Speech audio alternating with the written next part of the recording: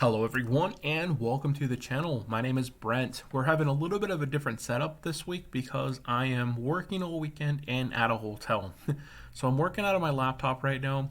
So if you guys would really be helpful if you head over to my community tab after this video, check out the poll here as far as what type of content would you be more interested in here on my channel. Talking about specific topics, the month's total dividends, the month's total options, what options we covered, the calls and puts, total premium and such. Let me know your comments down below, and I definitely will comment and reply back to your guys and appreciate your feedback. Now, jumping into the 1 week recap, we're going to try and do this pretty quick. We're going to go ahead and cover the portfolio, the 1 week, the dividends that were paid out, the activity, go over the updated dividend income, and go over what stock we're buying this week. And you guys can decide let me know down in the comment section what stock you guys buy as well. So let's go ahead and start. Overall, our portfolio looks to have moved up slightly. We're up 66% overall. Our market gain has increased, so we see here we're at $7,815.44. Our dividends are just creeping just slightly closer to that $3,000 threshold, so very close to crossing over earned dividends of $3,000. Now, overall, it does look like our top three have remained the same. Apple at number 1, up 317%, Main Street Capital at 127, and Lowe's at 112. So Lowe's looked to have pulled back pretty sharply because at one point it was up around 125, 127, and then Main Street Capital pulled ahead here, and Lowe's had a bit of a pullback. So we'll cover that here in just a minute. And then our worst three performers overall are Clorox, Merck, and Starbucks. Now, Starbucks is a brand new position. I opened up with it last week. So we kind of covered this one in a little bit of detail last week as far as why I'm buying it and, net income, revenue, and such. So check out the last week's video, but we'll probably hit a little bit on it here towards the end. Now, jumping into the weekly activity, we can see weekly-wise, the portfolio made absolutely no dividends. The market gains here on the week are $460.67. That is because we put on a gain for the week of 1.12%. So that's actually a very nice increase. And we compare that to the market overall, we can see, there was a lot of chaos this week with, the chaos that's out there right now in the world. But we see pretty hard days Friday, Tuesday, and Wednesdays, and a very, very sharp recovery on Thursday. I actually saw many investors freaking out on the Facebook groups, talking Friday, not so much Friday, right? But I think Tuesday night was when everything was announced. Wednesday, the markets dropped pretty hard throughout the day. People were led in their emotion. Obviously emotions were in people's minds then continue to be throughout the week, and that hit the market pretty hard. And because of these Tuesday, Wednesdays, and prior, the market had already been down nearly 10%, I suppose, year to date. So there was a lot of not only negativity in the market, but then you had this Russia, Ukraine chaos kind of going on, and that drove a lot of fear into the market, uncertainty. And I saw a lot of investors come Thursday sell out of their portfolios. What happened Thursday afternoon? Well, it was no longer uncertainty, it was fact. And the market recovered pretty sharply here. You can see a 3.75% gain in 2-day period, putting the S&P 500 a 0.82 on the week. The Dow Jones actually didn't, it basically stayed flat on the week, down 0.06%. You can see it is year to date down only 6.27, which is in first place year to date out of the three main indexes. And the Dow Jones, the NASDAQ here actually had the best performance this week, up 1.08%. A lot of those tech beat up financial or tech stocks had actually done really well. They had been broad buying across tech companies and other sectors as well. So I kind of noticed that as well. Year to date, the NASDAQ is the worst out of the three main indexes, down 12.47% still. So overall, not too fancy there on the week. Everything besides the Dow Jones was positive. So our portfolio looked to have kept up pretty nicely with the Nasdaq. Beat out the S&P 500. This is because we do have a few interesting companies in here that kind of helped out. We had Siggy Selective Insurance Group put on a 6.51% gain on the week. Lockheed Martin, anytime there is the mention of war, I don't know what I will get monetized or unmonetized or flagged for. There's always certain words you can say and not say on YouTube. But Lockheed Martin benefits from the current chaos of everything. So they are up nearly 6% on the week. Cisco Corp up 4.43. Innovative Industrial Properties as a REIT up 4.05, and so on here. We saw a lot of REITs here in the positive. Our worst performance this week, financials, interestingly, down 2.74 on the week. Method Electronics down 2.46. Cisco Systems Tech Company here down 2.05. So those are our three worst performers and our three best performers. So overall, pretty happy with the performance this week. Now the activity, as we saw, we had no increase in dividends. So as of this week, we're on the 21st through the 25th. We had no dividends get paid out. We made a single purchase, and that was of Starbucks, as we kind of saw that earlier. And we deposited cash on Friday towards our 2022 contributions for the Roth IRA. So that is it as far as the 1 week, the activity. Now, what is the current portfolio income up to? And in here, we have to actually add a new position. So to do this is trackyourdividends.com, free website. Go ahead and click on the add holding. I'm going to go ahead and type in Starbucks right there. And I can go over here to my holdings tab and go ahead and search up SBucks. And we can see that we have 1.93. Let me go ahead and just type it. 1.93624. I'm going to go ahead and copy that. And my cost basis on this is 179.74. So I can go ahead and punch in 179. No, that's my cost per share. What is my cost per share? Right there, my average price is 92.83. So 92.93. Pretty sure recheck there. 92.83.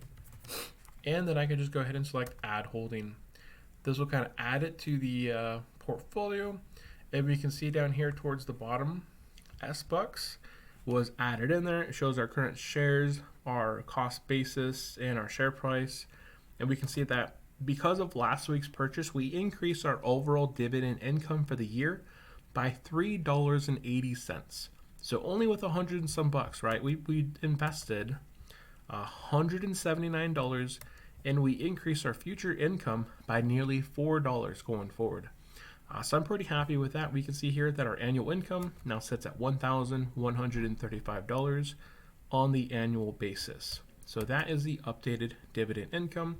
And 41,453, let's go here, 41,452.81, round that up to 453, 543. So everything sits essentially on the button right there.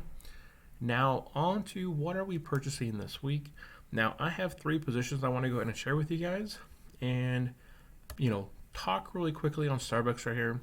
This one is down on the week, but as I said earlier, I'm pretty happy with it being sort of in the negative. Its earnings per share is continuing to normalize and trend to the upside, whereas its share price, yes, it has exceeded and was hitting all-time highs, but it's coming back down to this 80 to 90 level, which showed signs of support, and I don't see it really foregoing much below $90 mark. If it does, that's fine. I'll just kind of buy it long term. It's a very small position. I'm only adding $100 and some per week, so it's just an average in style process. The other positions here I want to kind of share with you. So SBucks, I'm kind of in the weeds whether I want to continue averaging into it at this moment, or if I want to I'm not going to pick up Home Depot. I don't own Home Depot. I own Lowe's, but I'm just kind of giving you guys an example right here. Here's a 1-year chart of Home Depot. We have their earnings per share in the green, continuing to move higher. It's just because of recent issues with potential increase in rates, debt becoming more expensive, the conflict that kind of started this week. These household style companies took a bit of a hit and then continued to take a bit of a hit this week, actually driving it below its 250-day average all year to date. You can see here January 2022, as of into 2022, Home Depot really hasn't gone anywhere. It really hasn't hit any level of support since it's kind of fallen off its grace. But here at this line right here, 316, 320, we're seeing some bit of support here. Now, if it holds, it will trend, kind of potentially bounce around in this area because its earnings per share is still going positive. So this company will return back in its upwards momentum. So this could just right here be a blip and then be a buying opportunity, kind of like how these are, where it blips below the 50-day, 200-day moving average. In this case, it kind of bounced. Oh, this is the earnings per share, so ignore that. So it did break below 50-day, 200-day, hit a low, and then kind of quickly bounded. This is that 2020 crash. Quickly recovered, but in these instances right here where it crosses over 50-day, 200-day, it's just a little blip and then it moves on. And then here we are crossing 50-day, 200-day, but the earnings per share is still moving upwards. This company I see will recover with time. And then Lowe's, this one is actually in my portfolio here. Same thing with Lowe's, same overreaction with Lowe's off their highs. They traded lower as of January 2022. They're hitting a bit of a little support line. We can see a lot of support here within this 220, 216, 220 range. We can see here within the last 6 months, the price did break below that 200-day moving average. Kind of trended down there just probably like a trading day or two. And then within just a few days here, actually looks like this week alone, it actually traded below that 200-day moving average, but then closed higher. So this is showing signs of support. If it had traded lower and stuck lower, that could have been a negative sign, but in this case, it trended lower, rebounded off those lows, broke back above over that 200-day, and closed. So now it could potentially use this support, 216 as support, and bounce higher. One of the main things here I'm kind of looking at is this earnings per share. There's nothing really fluctuating with its earnings per share. It still looks to be continuing its growth. I was checking out its net income earlier. So overall, I don't own a whole lot of Lowe's. If I look at my Lowe's position, LOW, I only own $1,700 but it is up nearly 112% since I've invested in this company. But I would still like to buy more. So I'm really in the weeds right now. Do I want to add to my Lowe's position, which has beat down, a little bit off its highs? If I look at year to date, that's when essentially it started to come down. So if I look here and I go to percent change, I can see that Lowe's is down 15.2% year to date off its highs, and it is showing signs of rebounding here. It's hitting like a support level here. So I could potentially see it bouncing off here and moving higher, following its earnings. Same thing with Starbucks. If I bring in Starbucks in here, Starbucks is 20.86%. There's not a lot of a bleeding off going on anymore with this one. You can see here year to date. That doesn't show very well. But year to date, you can see here, it bled off very sharply going into January. February started to kind of side trend a bit, and it's kind of finding itself a little bit of a support line. So that's where Starbucks is at. You can see the earnings per share here recovering very sharply after 2020, going into now 2022. So I'm really kind of in the weeds here between Starbucks and Lowe's over the long term. So if I bring in their yield now and I look at their original unchanged data and I look at the 1 year for, we're looking at Starbucks right now, we can see that Starbucks is offering a 2% yield, which hasn't been seen in the last year. If I look at the 3 year here, there were periods during the crash of 2020 where Starbucks offered a yield of 2%. Home Depot here offers a 1.34. It's not at these highs of say 3.2%. So I feel like potentially I'm getting a better deal by sticking with Starbucks for now and kind of seeing how Lowe's does. Does it return? Does it start to recover? And potentially buy more. Lowe's is nearly $1,800 of equity already in it, whereas Starbucks is only $180. So that is why at this week we're going to continue to buy a bit more Starbucks. I'm just going to go ahead and just put the full amount into Starbucks this week. And I'm going to be taking another look next week at Lowe's to see if they're, how did Lowe's do with the reaction of the market next week?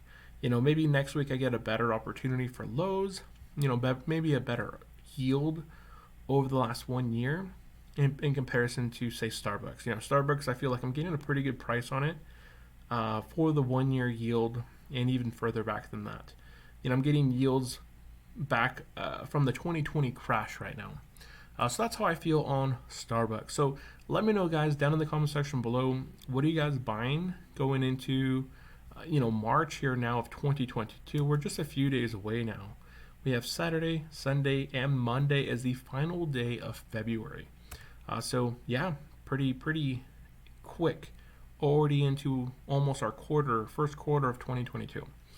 So that is going to be it for me, guys. Really appreciate if you go down below, hit the red button to subscribe, make it gray, hit the bell to be notified every time we release a brand new video, and I will see you guys next time. Also, remember to head over to my community tab and check out the poll there. Let me know, drop me a comment as far as content you would like to see discussed here or covered here on the channel. Really would appreciate it. Thanks, guys. Thanks, everyone. Have a good day. Bye-bye.